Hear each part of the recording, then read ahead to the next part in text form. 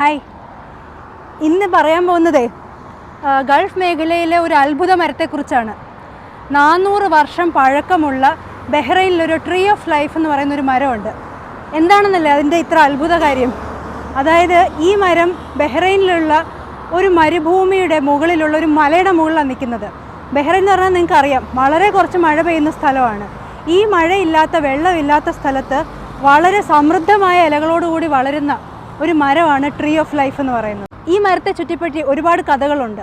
ഒന്നാമത്തെ കഥ എന്ന് പറയുന്നത്, ഈ മരം ബൈബിളിൽ പറയുന്നതനുസരിച്ച് ഈ നിൽക്കുന്ന സ്ഥലം എന്ന് പറയുന്നത് പണ്ടത്തെ ഏദൻ തോട്ടമാണെന്നും അതുകൊണ്ട് തന്നെ ഒരുപാട് നിഗൂഢമായ വെള്ളത്തിൻ്റെ സ്രോതസ്സ് അവിടെ ഉണ്ടെന്നുള്ളതുമാണ് ഒരു കഥ. മറ്റു ചിലർ പറയുന്നത് ഈ വൃക്ഷത്തിൻ്റെ വേരുകൾ 50 അടി താഴ്ചയിൽ പോകുന്നത് കൊണ്ടാണ് ഇതിന് വെള്ളം കിട്ടുന്നതെന്നും മാത്രമല്ല ഇത് വേരുകൾക്ക് മണ്ണിൽ നിന്നും വെള്ളം ഊറ്റിയെടുക്കാൻ ഒരു പ്രത്യേക കഴിവുണ്ട് എന്നുമാണ്. 2009 പ്രകൃതിയിലെ 7 അത്ഭുതങ്ങളുടെ ലിസ്റ്റിൽ ഇത് ആദ്യം നോമിനേറ്റ് ചെയ്യപ്പെട്ടെങ്കിലും അവസാനത്തെ ലിസ്റ്റിൽ പുറന്തള്ളിപ്പോയി. 2010 ഈ മരത്തിന് ചുറ്റുവട്ടത്തായി 500ഓളം പുരാവസ്തുക്കളാണ് കണ്ടെടുത്തത്.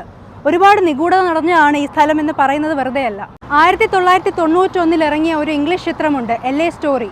അതിൽ സ്റ്റീഫൻ മാർട്ടിൻ പറയുന്നത് ലോകത്തിലെ ഏറ്റവും നിഗൂഢമായ സ്ഥലമാണ് ഈ മരം നിൽക്കുന്ന സ്ഥലമെന്നാണ്. അപ്പോൾ ഇനി നിങ്ങൾ ബഹ്റൈനിൽ പോവുകയാണെങ്കിൽ ജബൽ ദുഖാനിൽ നിന്നും 6 കിലോമീറ്റർ ദൂരമുള്ള ഈ ട്രീ ഓഫ് ലൈഫ് കാണാൻ മറക്കരുത്.